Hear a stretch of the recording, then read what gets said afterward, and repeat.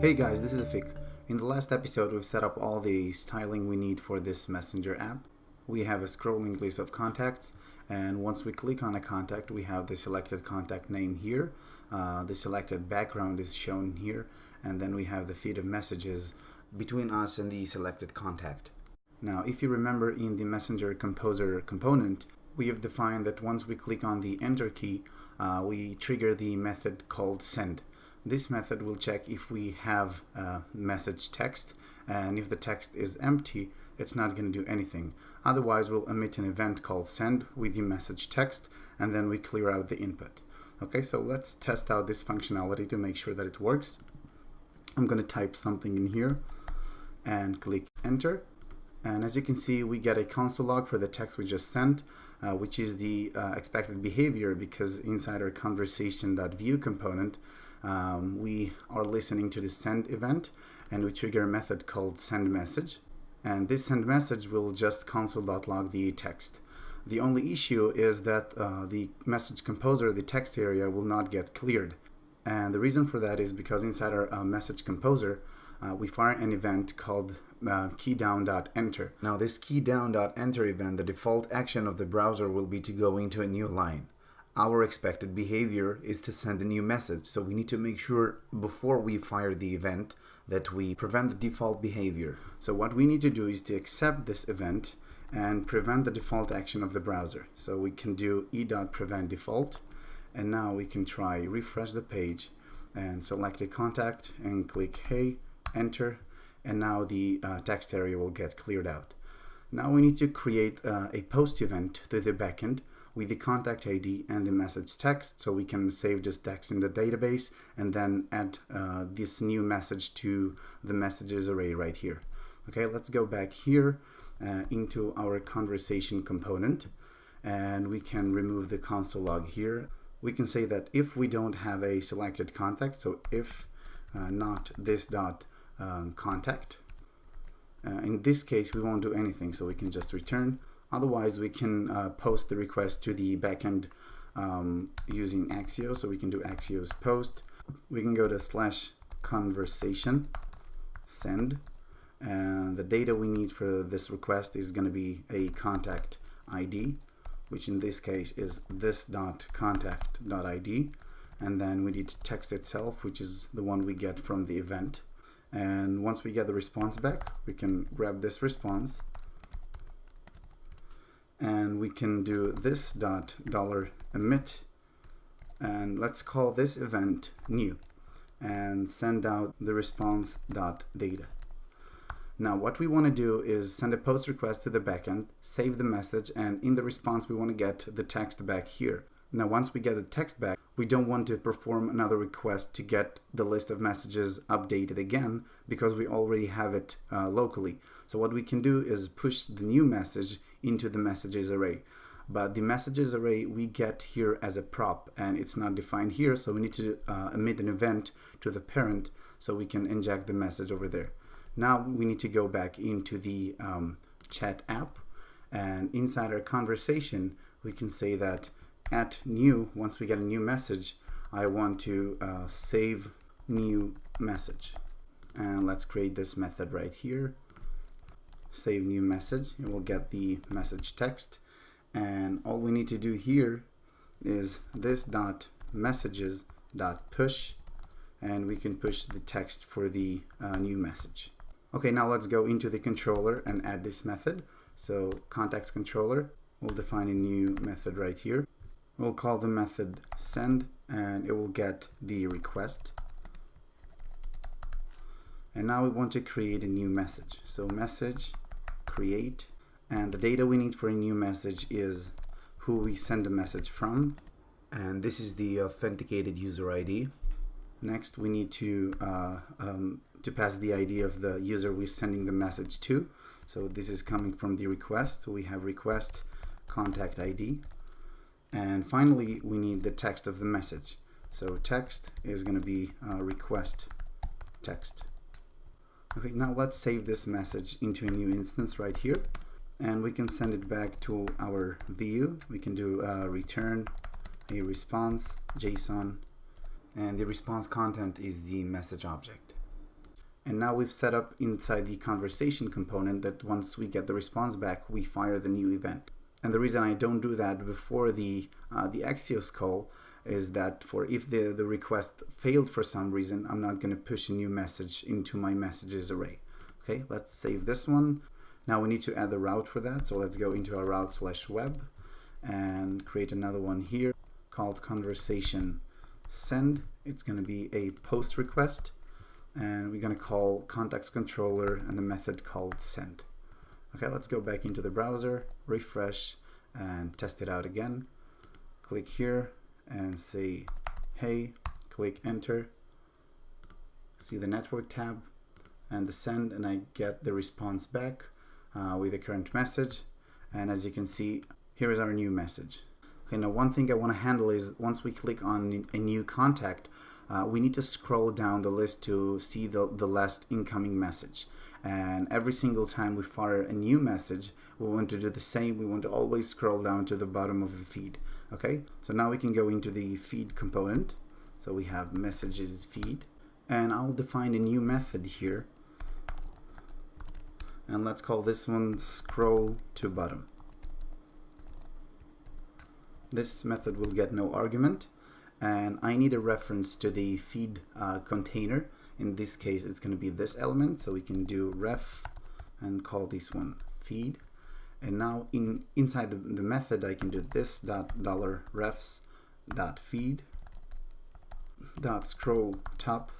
This one is going to be equal to, and we want to subtract the scroll height from the client height. And this way, we're going to get to the bottom of the element. So this $refs.feed.scroll height minus this $refs.feed.client height. Now we are going to experience issues with it because sometimes we want to update the element and the element itself, the DOM, is not yet updated.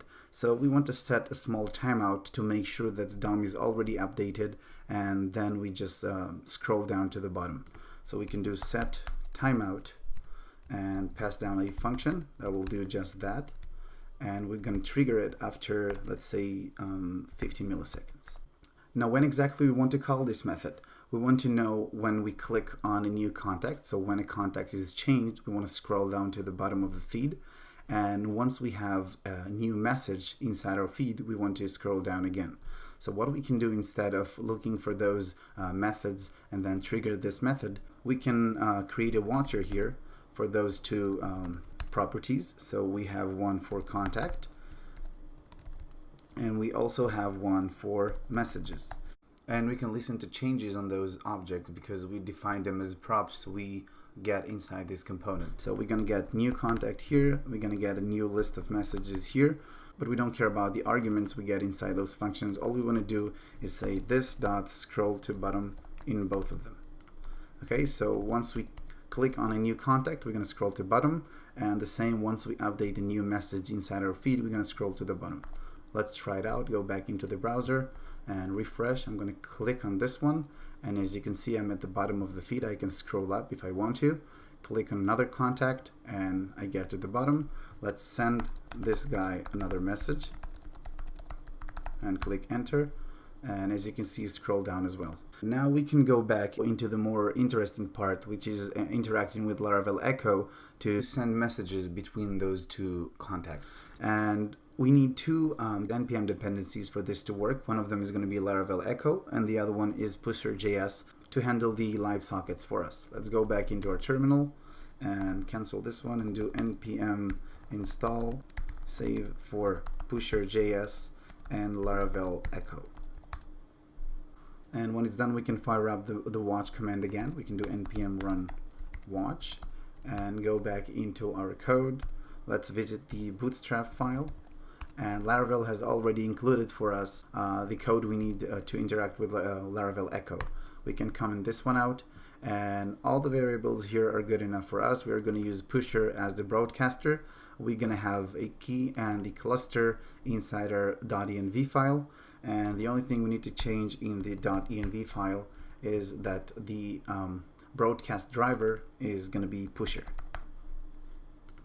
Okay, now I'm going to add the pusher app ID, key, and secret, and all we need behind the scenes. Those are my keys. You can easily go to pusher.js to sign up for free and get a keys to your application.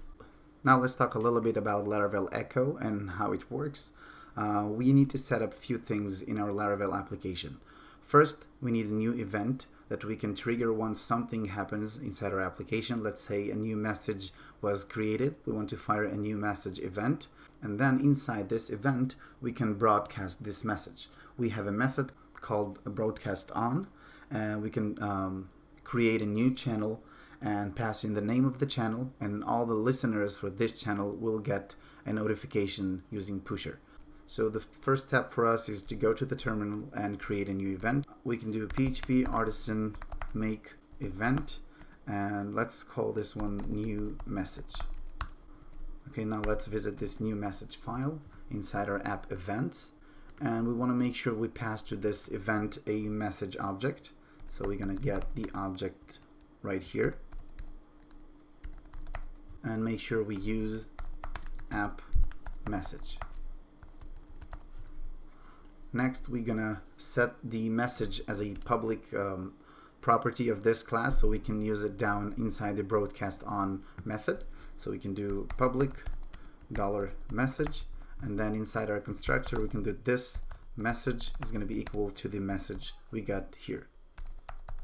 And I'm missing a $sign here. Okay. Now we are going to use a private channel, so this is great for us. If you want to use a public channel or a presence channel from Pusher, you have all those implemented here, so you can just switch the private channel to a regular channel, or you can use the presence channel right here. And I want to make sure that I have a unique name for this channel, so only the user that I'm sending the message to is going to listen to this channel. Let's call this one messages dot and concatenate the user ID. So message 2. Okay, so if I send the message to user with ID of 15, he's going to have to listen to his own channel, so messages.15, and he will get the stream of messages.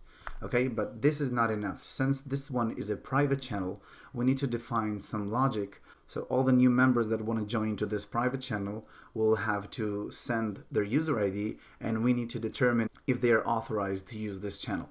We have under the routes directory inside our Laravel application, we have a channels.php file, and over here you have an example on how to define a gateway for all the authorization requests for channels. In our case, once we have a logged in user, he's going to go into the chat, and Laravel Echo is going by default to send an authorization request because we are using private channels, and the channel name we want to use is messages, and then we want to pass down the user ID. This is the same channel name we used inside our broadcast on method. Okay, now as you can see, we have a callback here. The first argument is going to be the logged in user, and the second argument is the one we get from the front end. Now we want to make sure that the logged in user and the ID he sent to us to listen on this private channel are the same. So all the logic here says return true if the user ID is going to be equal to this ID right here. So it says that only if this is my channel, I can listen to incoming events. Otherwise, we're going to get false. And if for some reason he changed the channel name, he won't be able to listen because he's not the authenticated user. Okay, now we can go back into our code and start listening to those events. Let's go into our chat app.view component. And inside the mounted lifecycle hook, I want to add the echo.private method. And this one is going to listen to a private channel. Now the channel name I want to listen to is messages, and then this.user.id. Okay, so the current authenticated user, we want to make sure we can listen to our channel and get messages. And I want to listen on this event, and this listen function is going to get two arguments. The first argument is the event we want to listen to, so in our case the event called new message, so new message, and then we get here a callback with the event itself. In our case, the event was just a trigger, so we didn't actually send any data to this event, we just notified that some event happened. We want to add more data to this broadcast event, so we can use another function, this one called broadcast with, and it's not going to get any arguments. But what we'll return inside this method is going to be added to our event and sent as data into our component. So in our case, we want to return an array, and we're going to have a key of message, and the value is going to be $this message. So the message we have publicly here defined inside our class, this is the new message we just created. I want to send it to the other end, so the user we're sending the message to, and I want to make sure I add the message data into this broadcast event. Okay, so down here inside our callback, we know that on the event itself, we're going to have another key called message. So now we can define another method on this instance to handle the incoming message. So we can call it handle incoming, and I'm going to pass in the message data. And let's go down into our methods and create this method here. This method will get the message itself. This is an object now. And there are two things I want to make sure inside this handle incoming message that happen. One of them is I want to know who is the contact I'm currently in conversation with. So if I'm currently talking with this contact right here, I just want to pop up the message and, to add it into the messages feed. Otherwise, if let's say Jaden is the one who sent the new message, in this case, I just want to maybe notify the customer, send an alert that we got a new message, or even signal like with a green label here, say you got an unread message from Jaden. Okay, so again, we want to make sure that if this dot selected contact is available and the message dot from is equal to this dot selected contact dot ID. So in this case, we're currently in a conversation with this person. We can just do this dot messages dot push, and we can push this new message right here. And you can even use the save new message method, which does the same thing. So this dot save new message, and we're going to pass down this message. Okay, let's remove this line because it's not necessary anymore. Otherwise, we want to just mark the message as unread, and the user knows that he needs to visit this contact in order to see the new message. Okay, we're going to bother this one later, so for now I'll just do alert message.text. Okay, let's save this one, go back into our terminal and fire the command again, npm run watch, make sure we have no errors. Let's go back into our browser, make sure we didn't break anything, refresh and click on this one. And as you can see, we're not authorized. Something happened here. And I think I know what is the reason for that. We need to go into our app.php inside our config directory, and we need to make sure that we enable the provider for broadcast service provider. And let's save this one. And this provider will set up all the broadcasting features for us and also register the authenticated route. So we're not getting a 404 once we try to authenticate the current user. Let's refresh the page again, and we get pusher not found. And okay, because we forgot to install the composer dependency for this one. Let's go into our terminal again and do composer require, and the package is pusher php server. And in our case, I want to grab the version 3.0, so 3.0, enter. Let's give it a minute to install. Okay, now that it's done, we can fire the watch command again. Watch and go back into our browser and refresh. Okay, and now we get forbidden. Let's see why. Let's go into our network tab, make sure we send the right message. Yeah, we still get access denied. Let's go into our channels.php again and try to dump those two values to make sure that they are the same. So dd, we have user ID and the ID itself. Go back here, refresh, go to the auth. Okay, and we have one int and one string. Maybe this is the reason why. We'll go back into the ID and cast this one to integer. Do space, delete this line, save, refresh. Okay, and now we're authorized. Right now, the next step is to go back into our contacts controller, and down here when we create a new message, I want to dispatch this event. So the new message event can broadcast the message to all the private channels that are listening to this new event. In our case, we don't want to use the event helper because events usually have listeners, and this listeners can do more things other than just broadcast events. In our case, the only thing we care about is to broadcast this event, so we can use the helper called broadcast. And what I want to broadcast is the new message event, and I want to make sure that I pass this message into the constructor of this event. And let's make sure we create a new instance of this one and import it at the top. We can use app events and new message.